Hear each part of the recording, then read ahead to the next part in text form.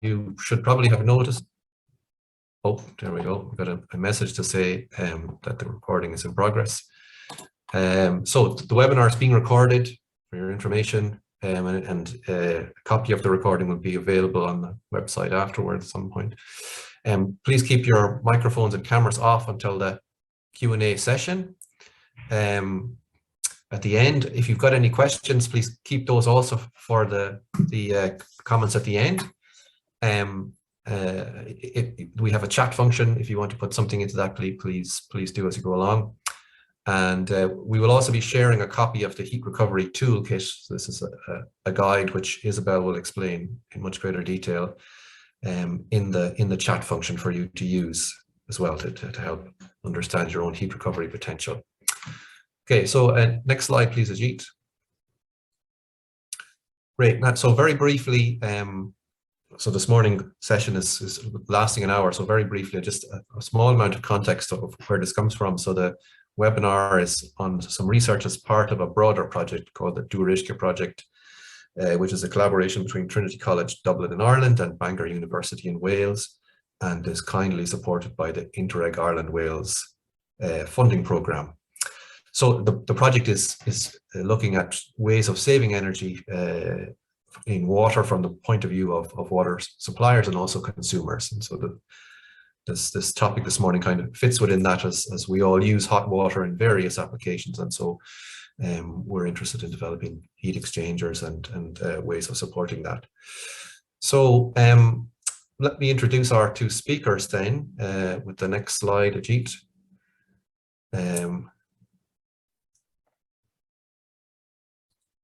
Yep. So our two speakers this morning. So we have Dr. Ajit Pratap Singh, who's a research fellow in Trinity College Dublin in Ireland, who's going to give us an introduction to the concept of rainwater heat recovery or wastewater heat recovery, if you're not familiar with it, and then the opportunities for doing that in commercial kitchens, such as restaurants and so on. Then we're going to have a talk by Dr. Isabel Szostak, postdoctoral researcher in Bangor University. She's going to take us through the environmental aspects of heat recovery, and also a tour through the heat recovery toolkit. So, which, as I mentioned, you can download in the chat when we put it in there. So first I'll hand over to Isabel to do a short poll. Thank you, Angus, for the introduction. Yeah, so we would like to know a little bit about your background. So I will launch a poll. Oh, I think Roberta, can you make me co-host again, because I can't see the poll option, probably because I rejoined a second time. Now I can. Yeah, perfect. Thank you. Okay, there we go. Okay, so the first poll asked about your area of work. So if you're from hospitality, academia, public sector, or other. And then we would also like to know if you have already implemented energy efficiency measures in your business or your workplace. So I'm launching it now. So you should be able to see the questions, and you should be able to vote. So I give you a couple more seconds. Okay. Okay, I can see bars moving, so that's looks good. Still changing, so I give you a couple more seconds. How are you today? Okay, great. Yeah, I think we're good. I think it seems that most of you have answered, or even all of you. 92% participation. I think that's a good one. So I will end the poll now. Okay, so that's great to see. So most of you are from the hospitality sector, and then we have people here from academia as well, and from other sectors. So feel free to use the chat as well if you want to introduce yourself. We are curious to hear from you. And then, have you already implemented energy efficiency measures? So 58% yes and 33% no, and some are not sure. Okay, all right. Thank you for that. I'll stop sharing the poll now. Great, and I can share the results here as well. Okay, I think you got it fine. Okay. Okay, great. Then I give back to you guys for the next one.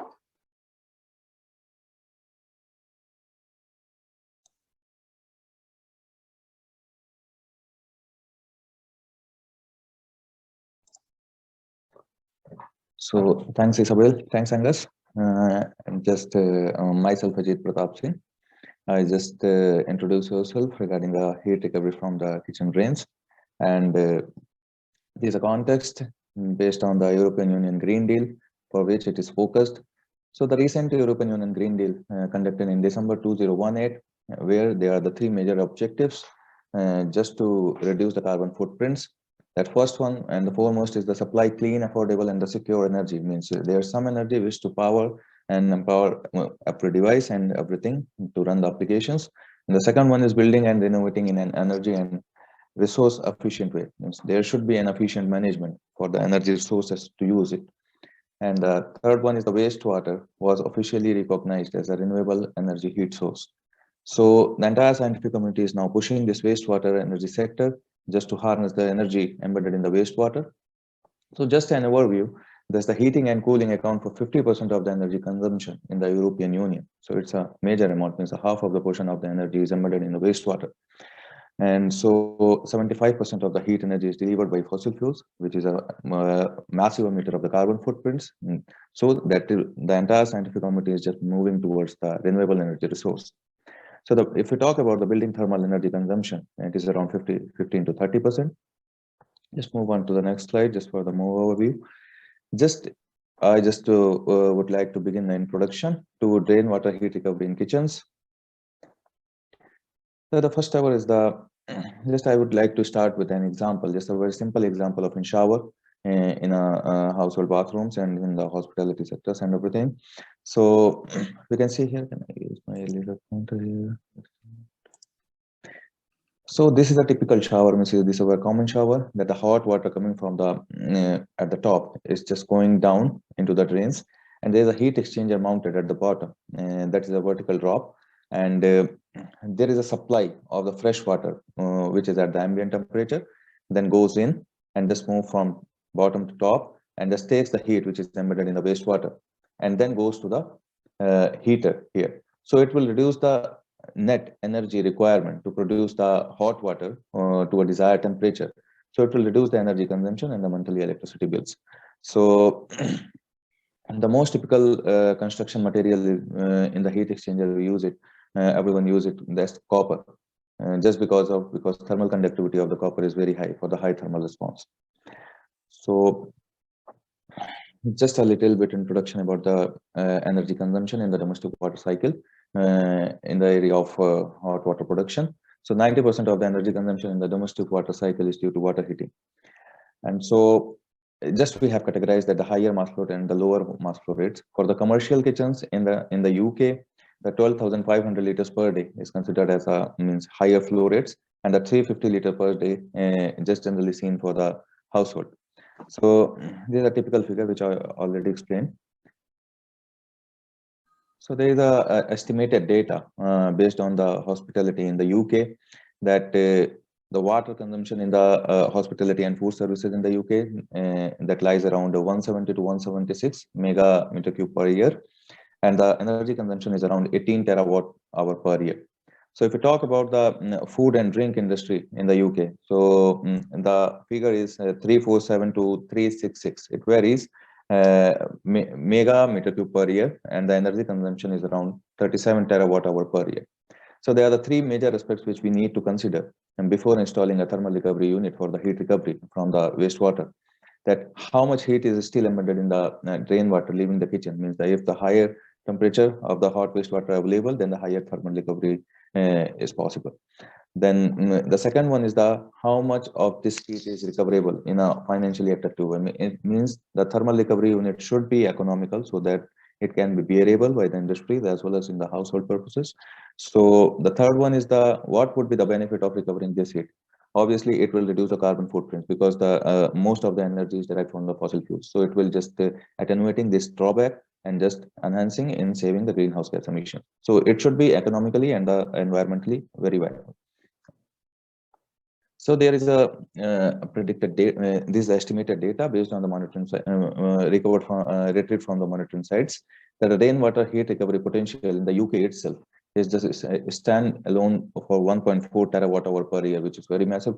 And to recover this heat in a more profitable way, we can harness 1.24 of that portion of the energy from the wastewater.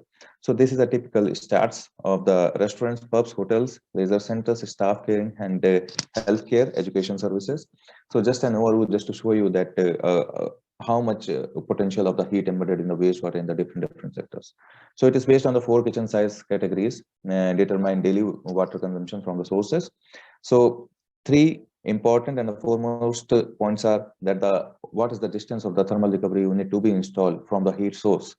And the second one is whether vertical drop is available, because if vertical drop is available, then there is no need of heat pump just to flow the hot water from the top to bottom. It is automatically. So there is no need of installing pump for the circulation of the hot wastewater. So third one is the not feasible at a small flows, because if we are installing thermal recovery unit, because it incurs a medium cost, and if there is a small small volume flow rates there, then it would not be economical. So this is a little introduction about the greenhouse gas emission savings by installing the thermal recovery unit. So it is around if we install heat pump, then the cost is around 6.13 pound per kg of greenhouse gas emission saving, and it is based on the we have assumed that 10-year lifetime cycle for the heat recovery unit to be under operation in an effective manner. So if we replace the heat pump with the heat exchanger, simple heat exchanger, then the generally the heat pump cost is much higher than the heat exchanger. So if we install the heat exchanger, then the cost of greenhouse gas saving will reduce, and it will around 2 pound per kg of greenhouse gas emissions savings. So this is one of the example from the thermal recovery unit installed in a Penrhyn Castle in Wales, and this is a map showing the location of the National Trust Penrhyn Castle. There is a cafe, and at the basement of the cafe, at the top there is a cafe, and at the basement there is a thermal recovery unit installation, and you can see the vertical drop in the kitchen drain here. And the second one is the arrangement of the copper pipes, which is the integral part of the thermal recovery unit. And the conclusion is that the direct heat recovery from the kitchen drains is possible from the cafe by installing this thermal recovery unit in the at the basement. So height is approximately around 2.1 meter, and the drain water temperature is up to 50 degrees Celsius here. Average daily flow rate is available is 652.5 liter per day. This is a real-time monitoring at the site itself. So this is a plot based on the data recovered from there, and we can see here that the freshwater temperature which is coming from the supply lines, and the average temperature is around means this is the ambient temperature, and this is around 11 to 12 degrees Celsius. And we can see by recovering the heat from the hot wastewater, this freshwater temperature go up. It is around 15 to 17, means it is around more than 17.5 degrees Celsius, just as an average temperature. So there is a thermal gradient of 7 to 8 degrees Celsius, which is pretty good for the thermal recovery. So this kitchen is opened on 17 February 2020, and 25% of the reduction in the heat consumption in the cafe is possible by installing this thermal recovery unit. So it is it is based on the data during the COVID times, but soon when the tourist season is on, then there will be more thermal recovery from the wastewater from the cafe, the Penrhyn Castle, and based on the estimations, 50 to 200 kg of carbon greenhouse gas emission savings is possible by installing this unit there. So I just would like to hand it back to the Isabel just to proceed with the environmental aspects of heat recovery. Hello, Isabel. Okay. Yeah. Thank you, Ajit. So I will take over with sharing the screen. Yeah, I will just stop sharing. Yeah. Yeah. Mhm. Thanks very much. Thank you. Yeah. Okay, continue. So let's go share presentation mode. Okay, you should be able to see my screen now. Yeah, now this will. Great. Okay, thank you. Yeah, so you have seen with Ajit's presentation that there is a huge potential for recovering heat in food outlets, and that most of this heat can also be recovered in a profitable way. And you've learned how the technology works. So I would like to introduce you now to some of the environmental aspects of heat recovery. So obviously we have seen that with the energy savings, we can also save greenhouse gas emissions, obviously. But there is another aspect to the environmental side of this, and this is that with the heat recovery system, there's also an environmental footprint connected to it. Environmental costs, so to speak. So with everything that's manufactured, there are emissions connected to the life cycle of a product, and that's the same with the equipment for the heat recovery system as well. So if we look at the life cycle of the system, then this would start with raw material extraction, for example, for manufacturing the heat exchanger, but also the fittings, pipe work, insulation of the pipes, then manufacture of packaging, transport to the installation site, and then also end of life. So for example, recycling in the end after the lifetime. And at all stages of the life cycle, there are resources from nature needed, and also energy is required. And so at every stage of the life cycle, there are emissions created to air, water, and soil. And so me and my research, I'm using a methodology called life cycle assessment. You might have heard of it as well. Which calculates all these emissions and then calculates an environmental footprint. And these emissions are categorized according to the damage they cause. So you're probably all familiar with climate change caused by greenhouse gas emissions. But in a life cycle assessment, there are many more environmental impacts that we can look at. So for example, eutrophication, ecotoxicity, or resource depletion, and many more. I just get the pointer as well. Okay, great. Yeah, so in the heat recovery toolkit, which I'm showing you later, you will also find results not only to climate change, but also to other categories. So this is why I'm going here a little bit more into detail. Now, of course, through the energy savings, we also save an environmental footprint. So in the toolkit and also in the study that I did, I looked at the replacement of different energy sources for heating water. So natural gas, electricity, wood pellets, solar thermal energy, geothermal energy, and also the currently used mix in the UK for heating water in the hospitality sector. And so obviously also through these energy sources, we have a footprint, but because we're recovering the heat and we're saving energy, we save also this footprint. So we can compare the footprint that we have, unfortunately, through the life cycle of the heat recovery system with our savings. And the environmental footprint of the heat recovery system depends on a couple of things. So for example, which material is being used for the heat exchanger. So typically it's made from copper. And then what influences the emissions as well is if, for example, most of this copper is from recycled copper, or is there maybe even a different material available on the market or in the future possibly. And then also which material do we choose for the pipework. So here you actually have a choice like which material you use. So you can use copper, steel, or even polyethylene. And then it depends on the settings, so the site, so the kitchen side, how many meters of pipework you would need as well to connect the boiler, for example, with the heat exchanger. And then on the other side, the environmental savings, our energy savings basically depend on the amount of recovered heat, of course. and that depends on the amount of water that goes down the drain, and then is dependent on the kitchen size or on how many meals you prepare. So here the first results, which are on the environmental footprint of the heat recovery system itself.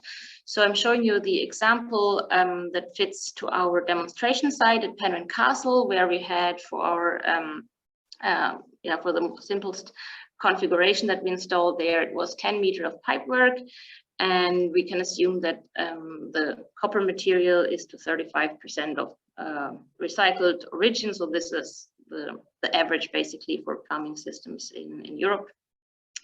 And here you see the contribution of the different life cycle stages to the final environmental impacts. And I would like to focus here on climate change, but I think that's the most familiar one for you.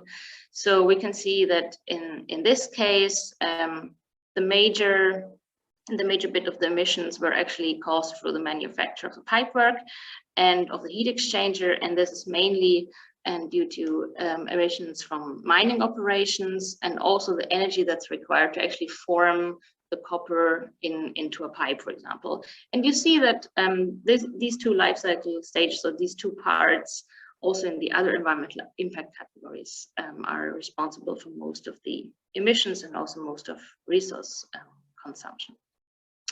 And now we've seen the negative impacts, but now the good news.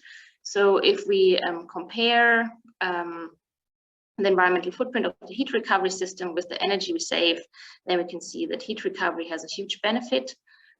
So this graph shows the environmental impacts per kilowatt hour through either recovered heat or heat recovery, and then kilowatt hour per other energy source for water heating. So we compare here, we have two cases for heat recovery, so a large kitchen and a small kitchen. So in a small kitchen, the impacts are a bit higher. So in this graph, they're visible, while large kitchen impacts are even so low that they don't show up in the graph. So in a small kitchen, we have, less water flow, wastewater flow, so a bit less heat recovered. So the impact per kilowatt hour is a bit higher.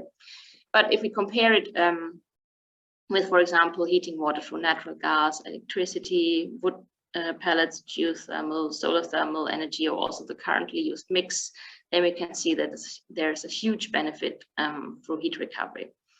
However, so here just the background data. So this is example basically for an average kitchen, you can say. And then in terms of resource depletion, it looks a little bit different. So for example, when we have a small kitchen, which is the red bar here, then the impacts for recovering heat per kilowatt hour can actually be higher than using natural gas. So for very small kitchens, there's a little bit of a trade-off with other impact categories. So it looks good for climate change, but for example, resource depletion, it's more case dependent, and it depends basically on the size of the kitchen, if it's environmentally viable or not. And then we extrapolated savings as well to the UK, to all food outlets. So if all food outlets would install a heat recovery system, then we could save about 500,000 tons of CO2 equivalent per year, which is really great news. And it would equal taking off about 260,000 cars off the road, just to give you an impression of how much that is. So to sum up, on the environmental side, heat recovery of commercial kitchens, rainwater. If we look at different flow rates that are available in UK kitchens, then we found that approximately from a water consumption of 170 cubic meter per year, the heat recovery is environmentally viable or sustainable. Obviously, it depends also on what the footprint of the heat recovery system is, and that will be different in every case. So this is just an average number. it really depends, but in the heat recovery toolkit later, you can find out if in your kitchen cases this would be the case. And we've also seen that it depends on the material and what the footprint of the heat recovery system is, and the savings can be increased if the right material is used, and also it's designed in a compact way. So obviously the less material you need, for example, the less pipe work you need, the better. And we've also seen that environmental sustainability is usually given for carbon emissions, but in other impact categories, for example, resource depletion, it can be different if the kitchen is very small. Okay, so now I would like to give you a tour through the heat recovery toolkit, so you can see how it works and how to fill in your data and so on. And my colleague Roberta will share, or maybe has already shared in the chat, the toolkit, so you can directly open it from the chat. I will first give you a tour through the toolkit, so you don't have to open and look at it yet, but just that you know it's in the chat and it's there for you. I will just quickly see the chat. Yeah, Roberta has shared it, so that's great. If you have any technical problems or anything opening it, then let us know in the chat, or I wouldn't mind even if you just turn on your microphone and you tell me directly. Okay, because I'm not looking at the chat, but my colleagues are. Okay, so I will share my screen with the toolkit now. Okay, so I'm stopping sharing and I'll share a new screen. There we go, share toolkit. Okay, so you should see my screen with the first sheet of the toolkit now. Okay, great. So I just continue as there are no nobody's complaining about any technical problems. Okay, great. So when you open the toolkit, you will first see this welcome page, yeah, which gives you just some introduction about information about our project as well. That's what you have heard today as well. And there are also my contact details if you have any questions, and you will also get our contact details later as well. And then here on the bottom, okay, again, can I again? Oh, I don't manage to get this laser pointer, but I think you can see my mouse. I hope so. Okay, so on the bottom, you can click forward. So this was the welcome sheet. So then you click on introduction. So this explains you whom the toolkit is designed for and what it calculates. So it calculates both financial benefits and also environmental benefits. And so for the financial side of things, it compares the installation costs with the energy, with the cost savings from the energy savings. So it's the capital costs basically that are considered. And then for the environmental benefits, it compares what I've shown you as well in the presentation. It compares the environmental footprint of the heat recovery system with the environmental benefits from the energy savings. And you will also get in the end a little conclusion box that summarizes the results. And then on the bottom again, you click forward to the heat recovery system, where the system is explained again. So this is basically what Ajit introduced you to. So you need a heat exchanger that replaces a part of your drain pipe, which ideally is a vertical drop of about 2 meters. So these heat exchangers are available in different lengths. So it doesn't have to be exactly 2 meters, that can be adjusted. And then the cold water comes into the outer pipe of the heat exchanger and gets warmed up by the warm drain water and then enters the boiler. In the boiler, for example, instead of heating the water up from say 10 degrees, it heats it up from 20 or 30 degrees, depending on, or even higher. And so you save energy in the boiler. And you also need pipe work to connect the heat exchanger with the boiler. Yeah, and then if you click here on the next sheet, then you get to the data entry field. So I'm going through the data entry field, and I'm showing you an example. So the first question is about your water use. So you might have water use data at hand today that you might want to use. If not, that's no problem at all. So for example, if you click on the green question mark, then you get an example of what typical data are. So you can play around today. If you don't have your own data, you can play around with example values, for example, between 200 and 4,000 cubic meter a year. So ideally, this is only supposed to be the water consumption of the kitchen. So you might not have the metered consumption of the kitchen only, but maybe if you're running a hotel, it's the water consumption of the whole hotel. So this should be the water consumption of the kitchen only, otherwise you will obviously overestimate the potential. So let's put a middle value of about 2,000 cubic meter a year. And so if you don't have this information, then you can use the right-hand side, and you can insert the number of meals you have per year. And then the toolkit automatically estimates the water consumption you can have in the kitchen, which is based on average data for the UK in this case. And you can also enter here the type of location you are, because it depends what your average water consumption is per meal. So you can choose between quick service, canteen, hotel, and restaurant. So the 4 categories. If you click here on the question mark, you can see what's included in this 4 categories. And the next question is about the opening times. So this is basically to calculate the flow of your wastewater. So numbers of weeks open per year, let's say 50 weeks, and then weekly opening time in hours. We can also put 50 hours, for example. Or you can also choose on the right-hand side to enter the hours per day, whatever is easier for you. Then the next question is about the current energy source you are using for water heating. So you can decide here between natural gas, electricity, green electricity, light fuel oil, wood chips, solar thermal, or geothermal energy. So let's do an example for natural gas.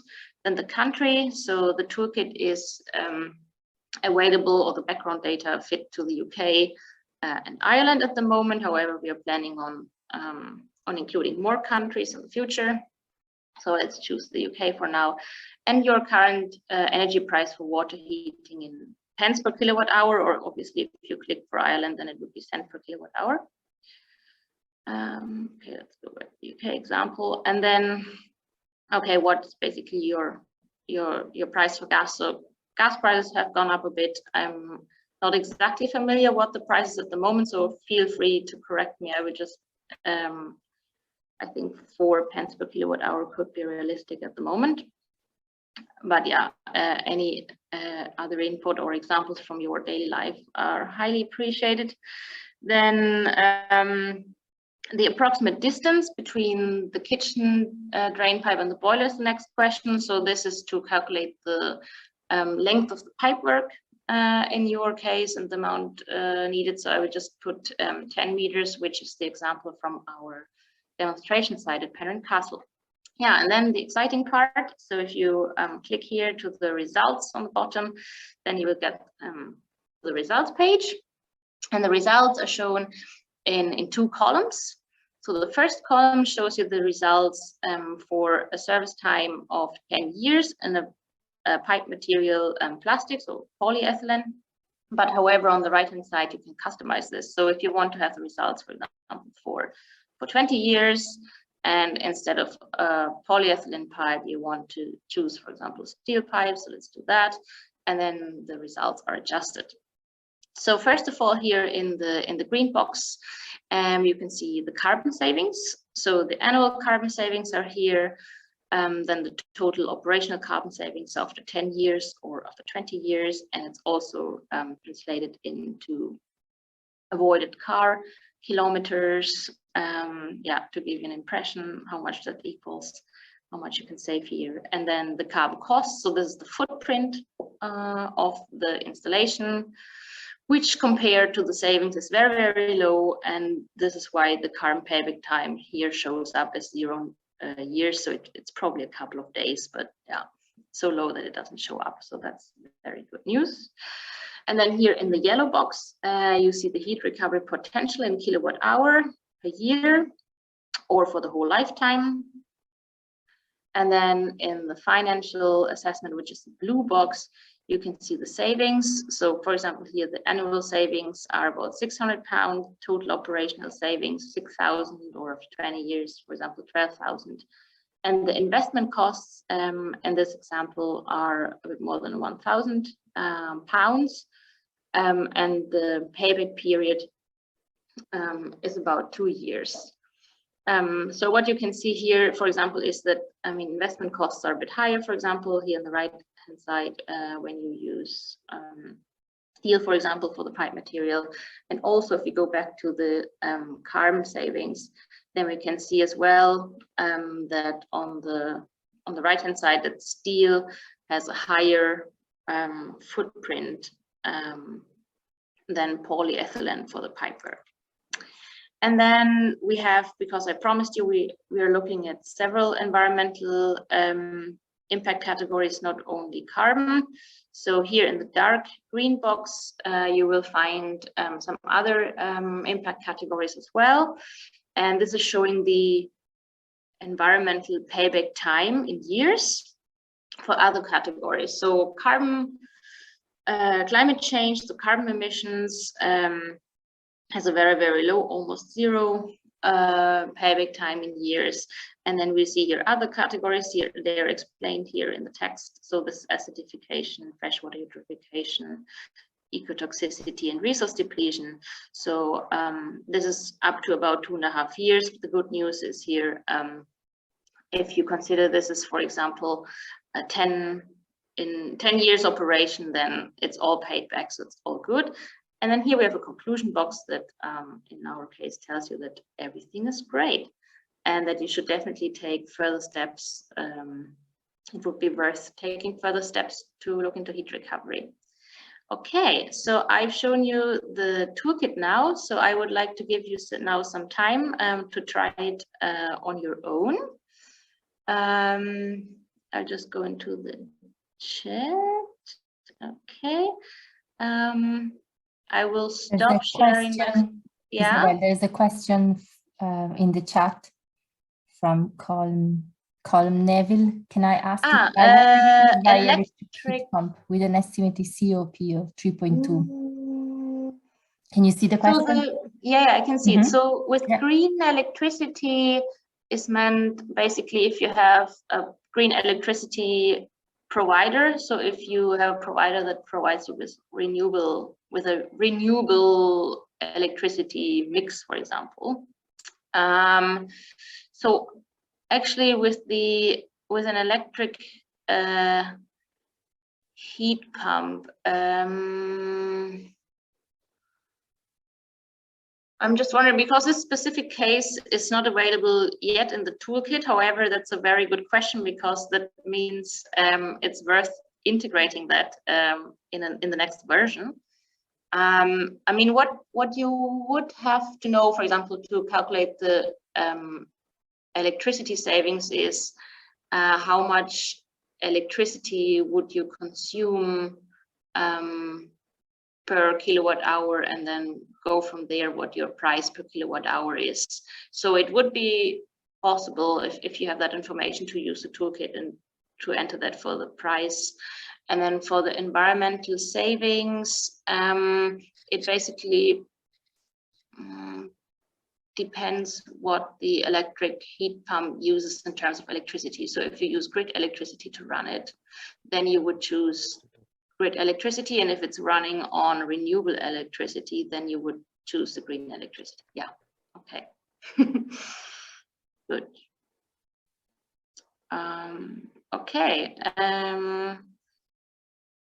great. I would suggest to give you about 5 minutes. If you have any questions or comments at this point, feel free to put it in the chat or turn on your microphone, your camera, and let us know.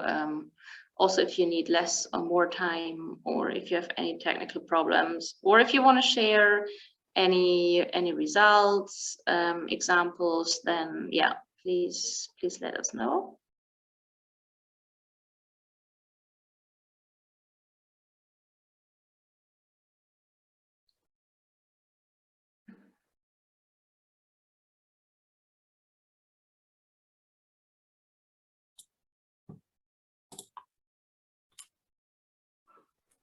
Isabel, could I ask you a question? Yeah, of course.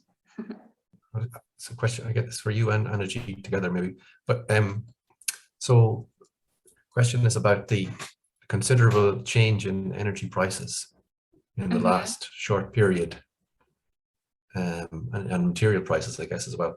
So I was wondering, how would those changes that have happened in the last 6 months influence the results here?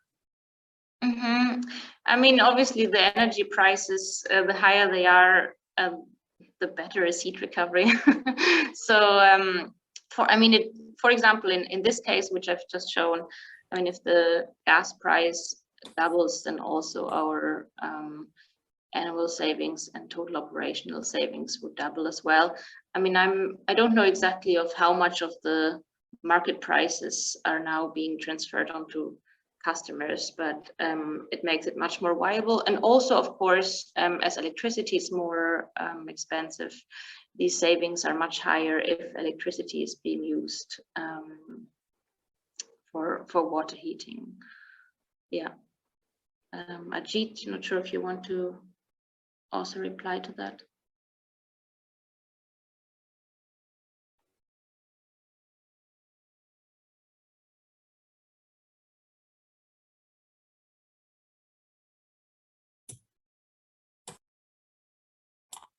I'll just stop sharing my screen so you can actually see us, or maybe you can see us anyway.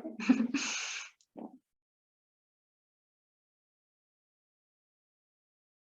Is everyone getting along well with trying out the toolkit and has managed to open it? Okay.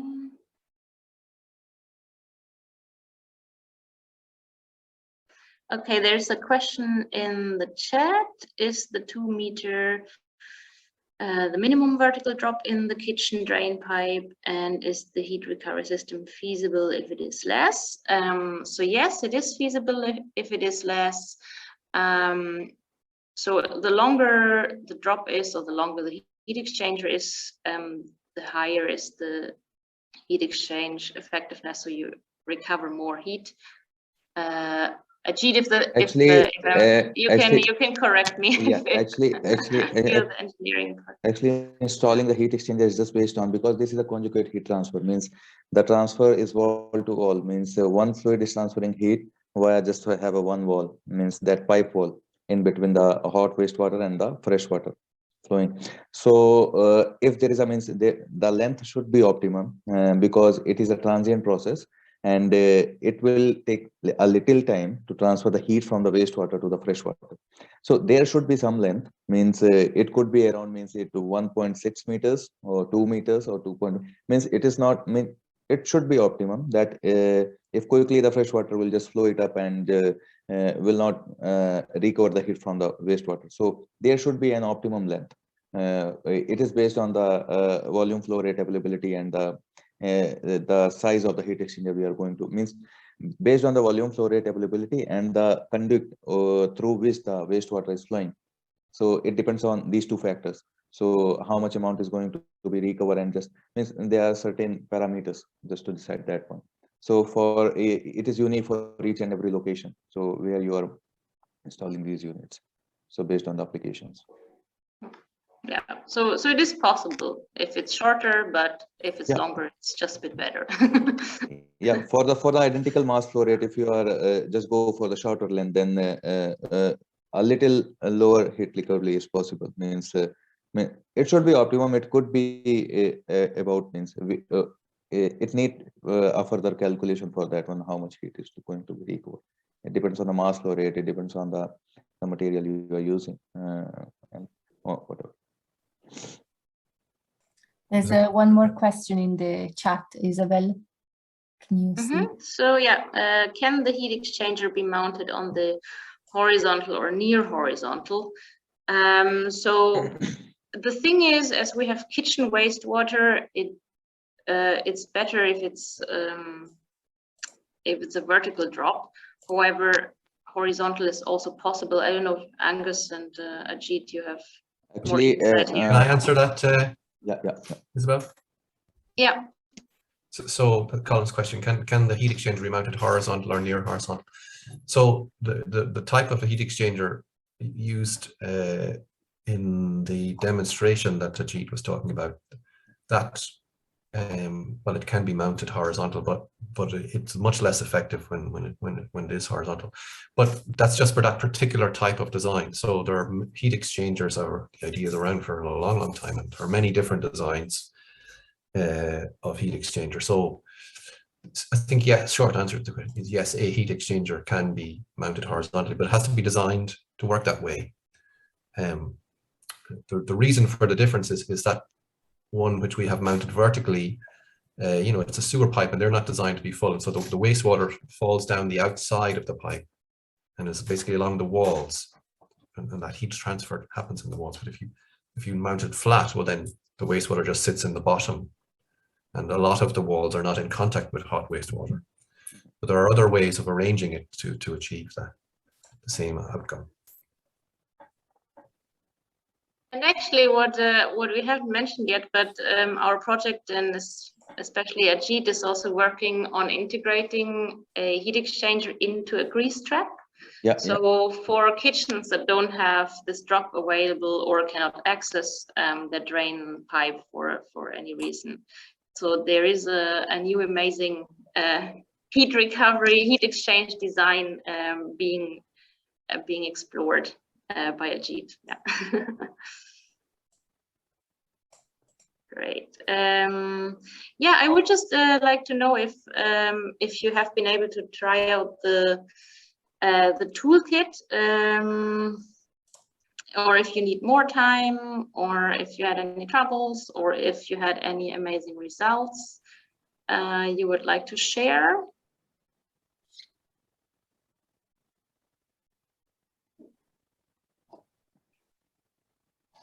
Does anybody need more time or has any questions specifically on the toolkit, for example? Okay. Okay, so if you don't have the data, that's no problem, of course. So I hope it worked maybe with just sample data. In the sample toolkit data, is the cost inclusive of installation or just the heat exchanger itself? And if not, is installation cost significant? So the toolkit only looks at the material costs. So what is included is the heat exchanger, pipe work, fittings, and insulation. So the material, however, does not include any labor costs. So labor costs, of course, will be significant, but it's just too case dependent. So this is why it is not included. But I will just share my screen again with the toolkit. Share. So if you look into the financial assessment, so basically, if you want to have the toolkit to have the costs to be paid back at the end. So basically the total operational savings, if you discount the investment costs from that, which is the material, and then whatever is left is basically your frame or your budget for the labor. So this, if you can, based on these numbers, you can basically figure out what yeah, how much budget you have for the installation costs if you really wanted to be paid back, for example, in 10 years or in 20 years. So yeah, so because it's very case dependent, it's not included here, but you get the total operational savings, so you can figure that out for your case. Okay, I stop sharing again.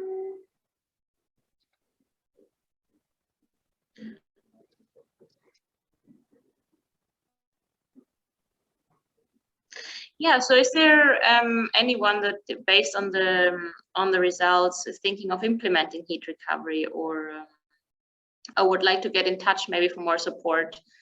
So we are happy to also look into individual cases and help you with individual questions, or yeah, design questions, for example.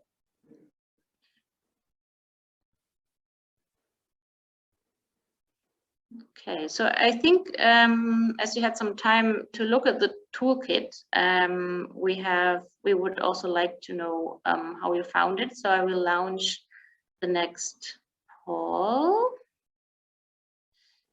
1 second.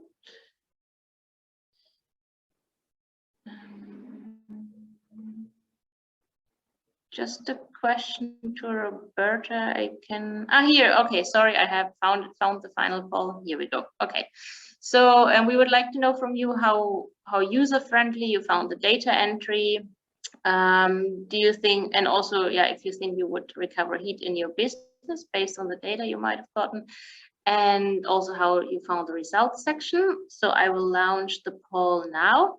So you can vote now. So the first question, how user-friendly was data entry? So either you found it easy and straightforward, or you just found it okay and some parts were not clear to you, or maybe you found it very difficult and you were very confused.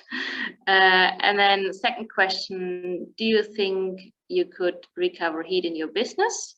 Yeah, based on what you've seen in the presentation, or maybe based on the results you've seen through the toolkit. So either yes, this could work for me, I don't know enough yet, or maybe, but my savings are marginal compared to the overall spending, or no, my results were too bad. And then the last question, how did you find the results section? Enough results and well explained, or enough results but didn't understand everything, or I would have liked to see more details, or you found there were too many results. Okay, so I give you a couple more seconds.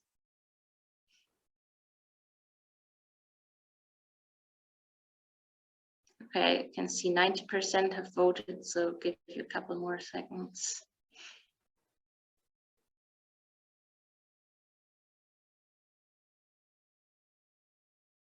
Okay, so I think 90%, yeah, it stays at 90%. Okay, let's go with that. I'll end the poll now. Okay, and I'll share the results now with you, so you should be able to see the results. Okay, so most of you seemed fine with the data entry. So okay, some parts were not clear to me. So yeah, feel free to let us know what was not clear to you. Okay, then do you think you could recover heat in your business? So yeah, some of you say yes. Most of you still need more information. Okay, and then also someone answered that the cost savings apparently were very marginal. So yeah, speak out if you want and let us know about your kitchen case. And the last one, okay, enough results and well explained, half of you, but okay, but there were also a couple who didn't understand everything. So I would be very happy to hear from you how we can improve the toolkit and also other questions you still have. Okay, I will stop sharing the results now. Okay, And I think a couple of more questions appeared in the chat. We would, so Eddie Langton, we would repay in less than 1 year. We would be very interested. Well, that's very great. So if you would like to share your results, feel free to do, or get in touch with us directly. How do we contact yourselves? Yeah, so we will show you our contact details again in a second. And you will also get an email from us after the webinar. And then Colm Neville said that the drop basically that's available is just 1.2 meters.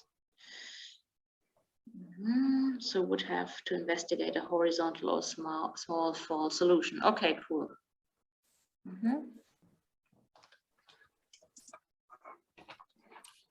Column's question there about the small fall, you know, could be interesting to explore with him offline. As we're developing something, Colum, to fit in a grease trap to recover the heat from the grease trap, as Isabel mentioned. So I guess we might have Colum's email that we can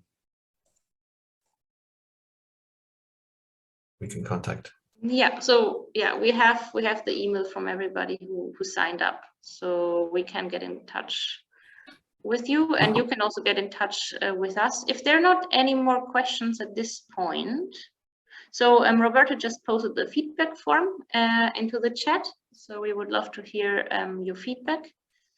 Okay, yeah, there's another comment in the chat about interest in the grease trap and the grease trap solution. That's great. Okay, thank you for your email. So I think I'll wrap it up if there are not more questions at the moment. And share my screen again.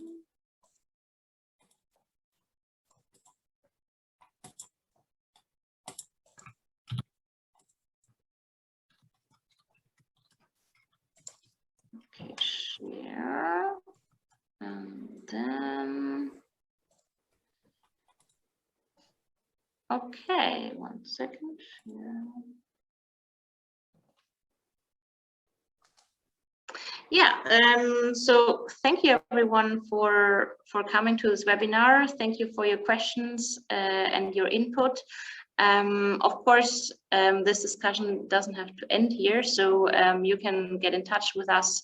So here's mine and Najid's email address, and you also have the possibility to join our smart specialization cluster for networking, and we're also sharing resources with you through the clusters, so you can sign up on our website for that. It's completely free. Also, the recording of this webinar will be accessible through that, but you will also get an email for the recording separately as well anyway. And then here's our website if you're also interested in learning more about the project. So it's not just about heat recovery from rainwater, we do many other things as well. And you can follow us on Twitter, and we also have a YouTube channel, and we also have a newsletter you can sign up. So with that, thanks a lot for your attention. We will stay here for a couple more minutes if there's anything else you want to share with us now, or talking or in the chat. Yeah, thanks for your attention, and if any of my colleagues wants to chip in and say something, then feel free. Thank you, Isabel, and thanks, Ajit, for your talks. Thank you.